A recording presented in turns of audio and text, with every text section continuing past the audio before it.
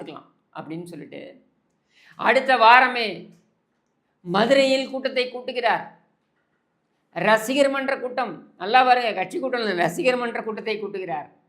ரசிகர் மன்ற கூட்டத்தில் சில வார்த்தைகள் தான் அவரால் பேச முடிகிறது. அவரால் முடியல, பேச முடிகிறது ஒரு சில வார்த்தைகள் தான். சொல்கிறார், நீங்கள் எல்லாரும் நான் சொல்கிறேன், என்னுடைய ரத்தத்தின் ரத்தங்களே, என் ரத்தத்தின் ரத்தமான உடன்பிறப்புகளே, நீங்கள் எல்லோரும் கத்தி வைத்து கொள்ள வேண்டும் என்று சொல்கிறார்.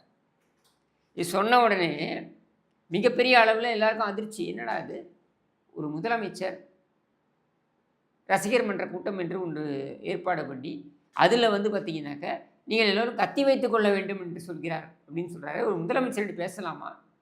அடுத்த நாள் தந்தியில் மெயின் ஹெட்லைன்ஸு தான், கத்தி வைத்துக் கொள்ளுங்கள் என்று சொன்ன எம்ஜிஆர் வன்முறைக்கு தூண்டுகிறார் முதலமைச்சர் அப்படின்னு சொல்லி எல்லா இடத்துலையும் ஒரே இதுதான் பேச்சு.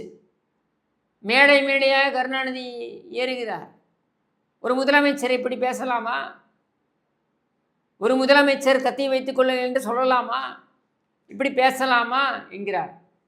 எல்லாரையும் கூப்பிட்டார் எம்ஜிஆர் ராமாவரம் தோட்டத்துக்கு. யார்? ஆரம்பி, மற்ற தலைவர்கள்லாம். நீங்கள் சொன்னீங்கல்ல என்னை ஊமையன் என்று சொல்கிறார் என்று. அவரே ஒவ்வொரு ஊராக சென்று, தமிழகம் முழுவதும் சென்று, எம்ஜிஆர் இப்படி பேசலாமா, எம்ஜிஆர் இப்படி பேசலாமா என்று கேட்டுவிட்டார். என்னை யார் ஊமையன் என்று சொன்னாரோ அவரே நான் இப்படி பேசுகிறேன் என்று சொல்ல வைத்தது தான் இதான் ஆளுமை. அப்படியெல்லாம் சொன்ன பொழுது கூட அவர் மனதளவில் பாதிக்கப்பட்டார்.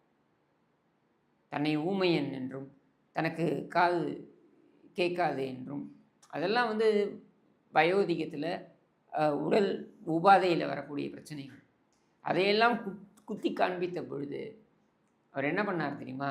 சிறந்த பதிலை கொடுத்தார். எப்படி? அரசியல் பதிலை கொடுத்தார். எப்படி? இந்த ரசிகர் மன்ற கூட்டத்தை வைத்து. அடுத்த ஒரு பதிலையும் கொடுத்தார். என்ன தெரியுமா? அவருடைய இடத்திலேயே, அவருடைய காலத்திற்கு பின்னால் கண் பார்க்க முடியாத, வாய் பேச முடியாத, காது கேளாத குழந்தைகளுக்கு பள்ளிக்கூடத்தை நிரந்தரமாக அங்கே அமைத்து கொடுத்தார். இதுதான் அவர் கொடுத்த பதில். கருணாநிதிக்கு அவர் கொடுத்த பதில் இதுதான். நீ பட்டாப்பட்டி அன்றவேரோட எடப்பாடியாரை போட்டு போகலாம்.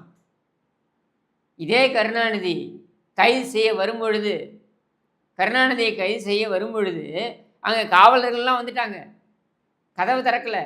திறக்கிறையா இல்லை உடச்சிட்டு வரட்டுமா அப்படின்றதுக்கப்புறம் கதவு திறக்கிறாங்க. அப்போ கருணாநிதி வெளில வராரு.